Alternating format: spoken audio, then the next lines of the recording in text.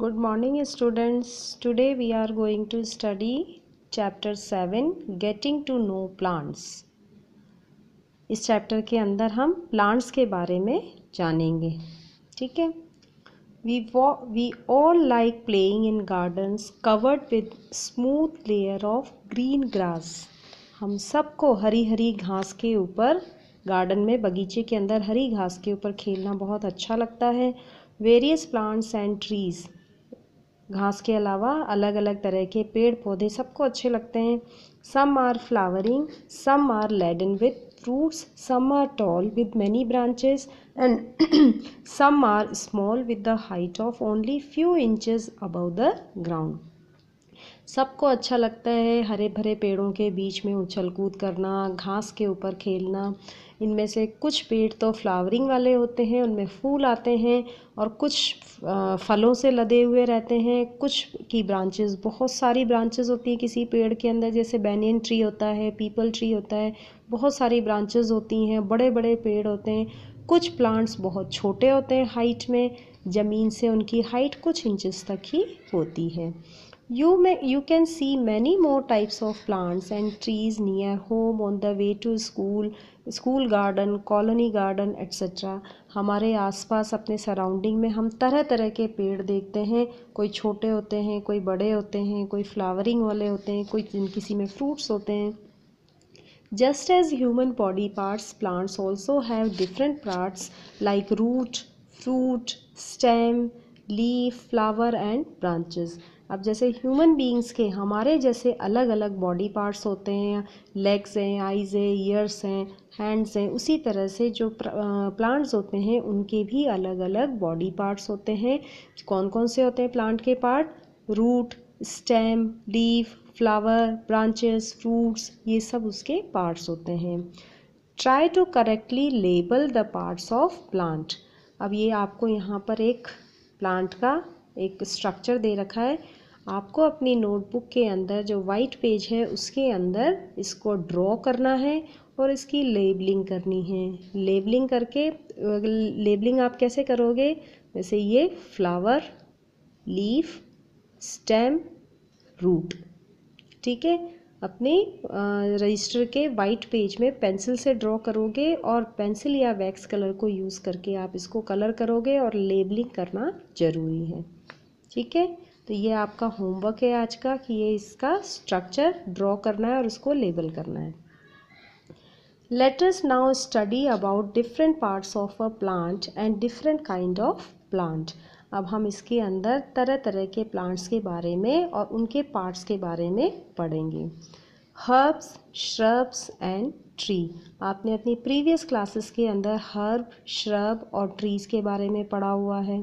ठीक है. Today on the way back home after school, notice the plants that come in your way and take a pause to look them closely at the stem and branches of small plants, plants of about your height and tall plants. अब ये आपके लिए एक activity दे रखी है कि आते जाते हुए, स्कूल आते जाते, या स्कूल तो अभी आप आ नहीं रहे हो या कहीं और जा रहे हो, तो रास्ते में आपको जो प्लांट्स मिले उनको क्लोजली आप उनको वॉच करें, उनकी ब्रांचेस को देखें. ठीक है. Now touch and feel them, their stem and try to bend them. उनकी जो स्टेम है उसको टच करके फील करें और उसको थोड़ा सा बेंड करने की, मोड़ने की कोशिश करें. वर दे ईजीली बेंड और required more of your physical strength. क्या उनमें से वो ईजीली, कुछ प्लांट ऐसे हैं जो ईजीली बेंड हो जाते हैं या कुछ में आपको थोड़ा सा जोर लगाना पड़ता है. ठीक है. अब ये आपको यहाँ एक टेबल दे रखी है, उसके अकॉर्डिंग आपको बताना है कि जो टोमेटो है उसकी हाइट कैसी होती है? छोटी होती है. ग्रीन होता है. टेंडर, टेंडर मतलब बहुत मुलायम होता है. थिक वो नहीं होता है. हार्ड भी वो नहीं होता है. कॉलम थर्ड के अंदर दे रखा है where do the branches appear. उसकी ब्रांचेस कहाँ से होती है? At the base of the stem, higher up on the stem. इसके अंदर आएगा यहाँ से, at the base of the stem. Then category of plant, कौन सी कैटेगरी में आता है वो? हर्ब है या श्रब है या ट्री है? तो टोमेटो का प्लांट कौन सी कैटेगरी में आता है? हर्ब में. ठीक है. तो ये इस तरह से आपको ये एक एक्टिविटी दे रखी है. Now try to bend the stem in such a manner that they do not break. अब हम उनकी स्टेम को इस तरह से बेंड करने की कोशिश करेंगे कि वो ब्रेक ना हो, टूटे ना। Now to see the thickness of tall plants, hug them with your arms around it. इसी तरह से एक टॉल प्लांट, जो लंबे प्लांट होते हैं, उसकी थिकनेस को देखो और उसको हग करने की, मतलब उससे लिपटने की कोशिश करो। क्या आपके दोनों हाथ दूसरी तरफ जाकर के टच होते हैं, या वो इतना बड़ा है कि आधे में ही रह जाते हैं। Also notice the part of a plant which is close to the ground और higher up on the stem from where the branches grow. और उसके जो स्टेम है या ट्रंक है उसको भी नोटिस करो कि वो कितना ऊंचा गया है और उनकी जो ब्रांचेस है वो कहाँ से निकल रही हैं। Suggestions to minimize harm, damage of plants, student can work in group of 4 to 5। और इस एक्टिविटी के लिए एक एक स्टूडेंट की जगह 4-5 स्टूडेंट्स का ग्रुप लेकर के काम कर सकते हैं। Weeds with soft stem can be used for activities. और जो यूज़फुल प्लांट्स होते हैं उनको यूज़ ना करके हम वीड्स को यूज़ करें। वीड्स क्या होते हैं? जंगली पौधे। जंगली पौधों की स्टेम से हम ये एक्टिविटी परफॉर्म कर सकते हैं। Do you know what weeds are? जंगली पौधे किसको कहते हैं? जंगली पौधे, वीड्स, हम उनको उन प्लांट्स को कहते हैं जिनका हमारे लिए कोई यूज़ नहीं होता है। ठीक है, जैसे गेहूं के साथ में बथुआ भी उग जाता है, लेकिन बथुए का तो हमारा यूज़ होता है, हम उसकी सब्ज़ी बनाते हैं। लेकिन हमने फसल बोई है गेहूं की, लेकिन उसके साथ में बथुआ भी उग रहा है ना। बट कुछ प्लांट्स ऐसे होते हैं जो हार्मफुल होते हैं और या फिर हमारे लिए उनका कोई यूज़ नहीं होता है। तो जब हम खेतों के अंदर फसल बोते हैं तो ये जो यूज़लेस प्लांट्स होते हैं ये भी उनके साथ में उग जाते हैं, उनको हम बोलते हैं वीड्स।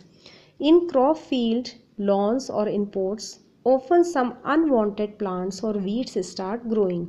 तो जब हम खेतों में फसल बोते हैं या लॉन लगाते हैं या हमारे घर में हम गमलों में प्लांट्स लगाते हैं, तो कुछ प्लांट्स ऐसे होते हैं जिनकी हमको ज़रूरत ही नहीं है, हमें वो चाहिए ही नहीं, लेकिन वो फिर भी उग जाते हैं। अनवांटेड प्लांट्स, है ना, वो भी ग्रो होना स्टार्ट कर देते हैं। Have you seen farmer removing these weeds from their field? तो किसान क्या करते हैं? इन वीड्स को वहाँ से रिमूव करना स्टार्ट कर देते हैं। अगर उनको रिमूव नहीं करेंगे तो जैसे अभी हमने गेहूं की फसल बोई है, उसके साथ में दूसरे जो अनवांटेड प्लांट्स हैं वो भी उग रहे हैं। तो हम गेहूं की फसल को जो भी खाद डालेंगे, जो भी फर्टिलाइज़र या ऑर्गेनिक फर्टिलाइज़र हम डालेंगे, तो जितने भी न्यूट्रिएंट्स हैं वो क्या करेंगे, ये जो अनवांटेड प्लांट्स हैं वो इसको एब्जॉर्ब कर लेंगे। तो उससे फिर किसकी ग्रोथ इफेक्ट होगी? गेहूं की फसल की ग्रोथ अफेक्ट होगी। इसलिए किसान उनको क्या करते हैं? उनको निकाल देते हैं, उनको उस फील्ड में से रिमूव कर देते हैं। ठीक है।